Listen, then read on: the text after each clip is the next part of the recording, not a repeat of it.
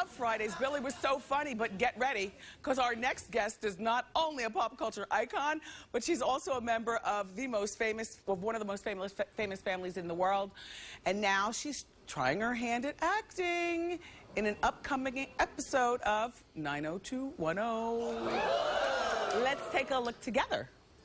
When I heard you were working with Adriana, I gotta say, I had my reservations. And now that she's flaked on our first meeting, I think she's proven me right. What are you talking about? Adriana has a certain reputation in this business, and it's not a good one. Please welcome the always fabulous Toya Jackson.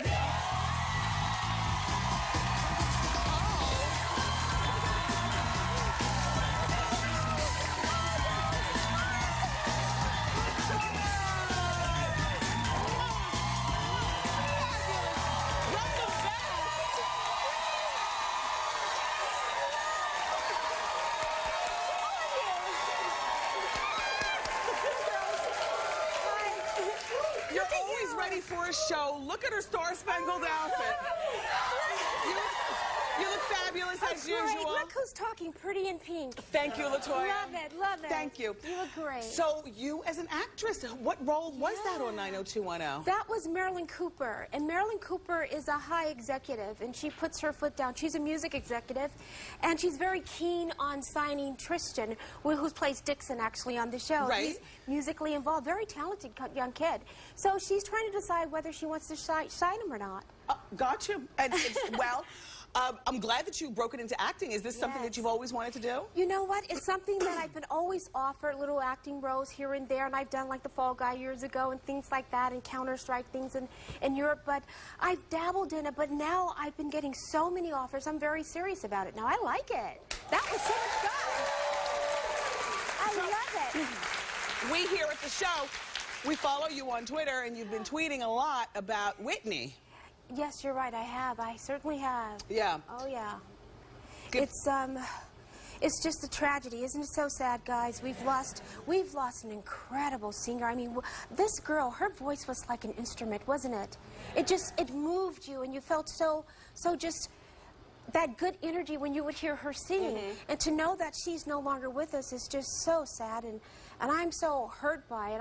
As she said, I would tweet all the time and tell people to pray for Bobby Christina, because she has no one really, which is really sad. This girl was so close to her mother, and now she's out there all alone. So I think it's important for us to send love and light to her and guide her in the proper direction, because we don't want her to go off on the wrong track, like a lot of other people are doing, actually. The verdict for Conrad Murray came in, and he's in jail for 4 years. How are you feeling about the verdict? Yes. Thank you. Thank you, guys. I think the verdict was right. I wish, and I don't mean this in a rude or mean way, but I wish, you know, Michael, we can't bring him back. And I wish that he could spend more time.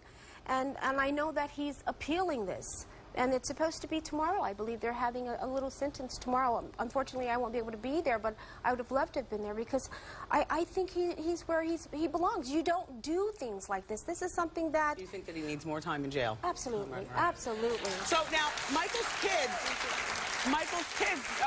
I know Paris was on Ellen, and we see the kids all the time looking like doing, you know, normal kids doing what kids do. How are they doing? They're doing great. Kids are so resilient. They're wonderful. They're great kids, and they're enjoying life. They're doing everything that, I shouldn't say everything, but they're doing a lot of things that their dad kept them really private, and I understood that. Yeah. Well, you know, if Michael was alive, would he want them to be so out here at this particular point? They were out there when they were with Michael, but they weren't out there with him personally. When he would have them with him, he would mask them, because he didn't want people to know who they were. Yes. But when they were with other people, they were normal. Yes. And that's what you guys didn't know, because people didn't know who they were. Yeah. We didn't know that there was something going around about doing a possible reality show. Somewhere in your family involving the kids. No, I haven't heard that at all. Okay. No, absolutely not. And that wouldn't happen, actually. Good. No, that would not happen. So LaToya,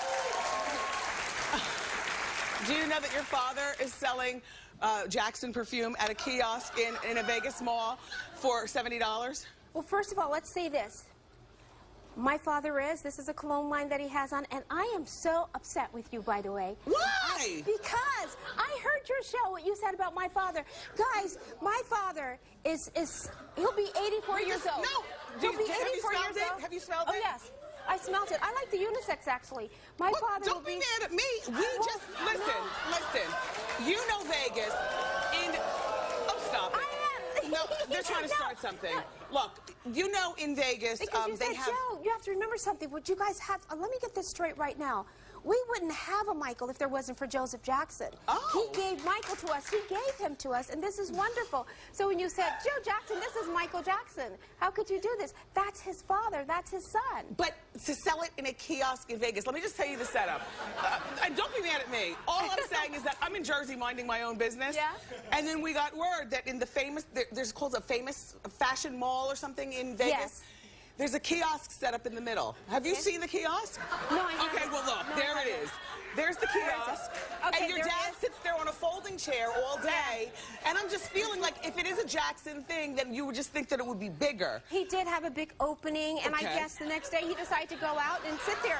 After all, come on, he's 84 years old. I get it. But look, my dad is 81 too, and But batty. you know what? Let me say this to you. If your dad, because I saw your lovely mom and dad on the show, Yeah. they're so cute. My dad's 81. And you I adore them. understand. And so if your dad wanted to do a cologne, he was doing one anyway, and then he named it Legend after you. If you had, God forbid, passed, you know, you would say, Dad, that's okay. I don't mind. Michael wouldn't have minded at all.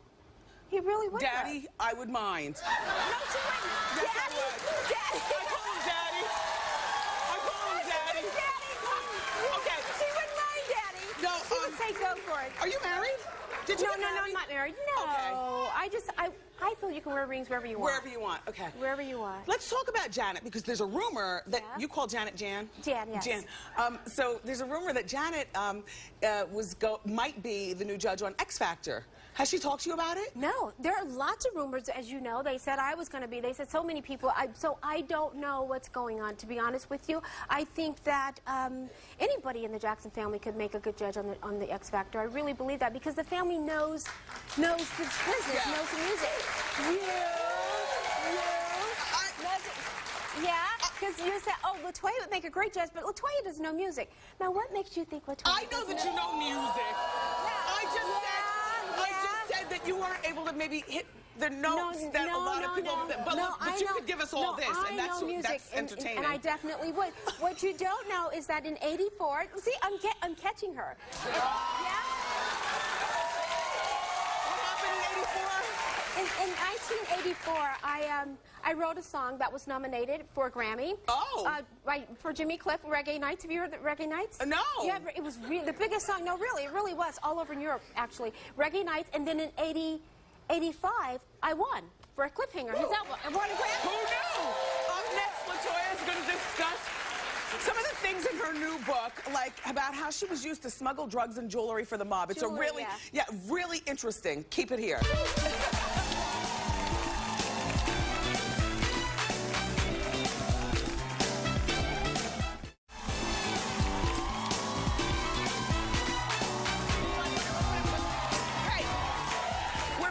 Toya Jackson, and you know, Simon, if you're watching this, honestly, and I told you this before on Hot Topics, and now that she's here, observer, this needs to be your next judge on X Factor. I agree. And I'm going to tell you, because I didn't get a chance to tell you why I think you and not Janet in the last segment, but I've talked to you guys about this. I think that Janet and you are both good judges of music. Your whole family's a musical family, but Janet's personality is too settled, and we need a little cuckoo in the best way, along with our judge. Along with our judge. Would you like that job? Like that. Would you like that job? No, of course, I'd love it. Are you kidding? That's a fun job. It's just because you're looking at all this wonderful talent and you're grading it. It's great. Here she is, Simon. Okay, Celebrity Apprentice. You were on. The new season has already started. What do you think? Well, Wendy, just like you, I have my notes. I have my notes for Celebrity Apprentice. No, in all fairness, because we watch it every season, of course. Yeah. I think the season that we were on was the best, that I was on, was the absolute best. Yes. I really do. I really do. Yeah. And I watched it Sunday, which you did as well, didn't you? Yes. What did you think of it? I thought that it was right for Cheryl Teagues to go home. She came here on Monday, and every Monday, you know, on the show, we're going to have the person who's canceled from Sunday night. Yeah. So I'm going to be able to follow it. Follow it, yes, of course. There are a lot of people on there. I don't even know who they are. I was telling Donald, 18 celebrities is way too many, and I hope that we... Lot. Yeah, oh, it's a lot. And in all fairness, Cheryl Teagues, she reminds me of Nikki. They're both sweet women, but they don't have that aggressiveness, that tenacity that people have in the business. However, I will say that you don't have to be mean either to be in the business. Well, you can be cunning. Just not mean, but cunning. Right, okay, right. But I just want to say this. This is what he needed to do for the show, honestly. You know, the Teresa from the... Housewives of Jersey? Jersey, yes. What he should have done was he should have also put Danielle Staubs on the show so they can battle it out the entire time. Am I right? And she's smart. That's right. That's what he should have done. Danielle should have been right there. They should have just knocked heads and gone at it the entire time. Perfect. Isn't LaToya entertaining? All right, so LaToya has recently, written a book, and her book is called Starting Over, about your life. Yes. And in one of the passages in the book, she talks about how she smuggled drugs and jewelry unwittingly for the mob. Talk about it, Bunny Rabbit. It was Bunny Rabbit. She like, whoa, whoa, whoa. It was basically, I was... my manager / husband, which all that's in the book, actually. Do you remember that man, Jack Gordon? Yes. Rest in peace. Well, it was a very, very turbulent relationship, very abusive, where he completely controlled me. Because when I got with him, I was strictly Jehovah's Witness. I didn't know anything about the world, you guys. I thought everybody was just like Jehovah's Witnesses, because we were told to associate with Jehovah's Witnesses, be kind and tell the truth. That wasn't the case. That wasn't the case. We would see pictures here in New York, because you guys had an apartment here, and we would see black and blue pictures of you a lot, honey bun. I would have black eyes from him beating me, and he beat the stew out of her. It was bad. It was, you know, New York is beautiful, and you have big views, and I would have to sit in the closet for like 5 or 6 hours, and I couldn't open the door, I couldn't go out, and even sit at the window but not look out the window, and I did it. He took her I look today and say, how could I have done that? And you let him take your passport unwittingly because you were a little naive. Well, he took it, and he wouldn't give it back to me. I went to Japan, and from that point on, my mother couldn't go, my father couldn't go, so they sent him. He took my passport, and that was it. He said, no "You're not friends, going back." no cell phone, no nothing. Friends, I mean, like, she was really in a box. Okay, so let's talk about this drug smuggling. I didn't even know how to work a cell phone because I wasn't privy to any of that. Not even a computer. I had to learn all these things over again. So you allege in the book that Jack Gordon, your ex-husband, was all mobbed up, as they say over in Staten Island at the mob wives, all mobbed up, and they were using you to smuggle jewelry and drugs from place to place, and you had no idea. Tell. I didn't have any idea. What he did was, he was very close to the mob.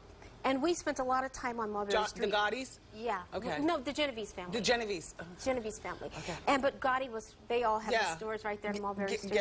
Yeah. But the fact of the matter is, I would go over to Europe, and I would wonder sometimes why I'm in certain places all this time, and I'm not working for like a week or 2 weeks or so. And all of a sudden, all of these big Italian guys would come to go back home with me. I go, why are they coming with me to go back home? Well, during that time, it was before 9/11. And you didn't have all the security that you have at the airport. So I never did go through any type of security. I would go straight from the tarmac and get on the plane. Yes. That's how I traveled, and they never checked or anything. So how'd you find out? I guess he was telling them, this is how she travels. This is a great opportunity for them to do what they were doing. How did you find out that you were muling stuff? I found out after I had left him. I had broken away, and I had probably about maybe 5 meetings with probably at the most maybe 20 FBI agents. And they would put me in a private room, a private place, a private hotel, and they would drill me constantly. Then they say, okay, we want another meeting. We need for you to fly to New York. We're having a meeting here. What a life. And all these different FBI agents were telling me, you remember this date? This is what they were doing. And it's all spelled out in your new book. What's the book called again? It's called Starting Over. It'll be out May 29th. It'll be out May. It's out now. The soft cover is coming out May 29th. Okay. May 29th for the soft cover. Thank you so much for being here again. This is LaToya Jackson. Simon, think about it. Make sure you tune in to the CW on March 13th to see LaToya on 90210. Up next, last minute fabulous ideas for your Oscar party. Keep it here.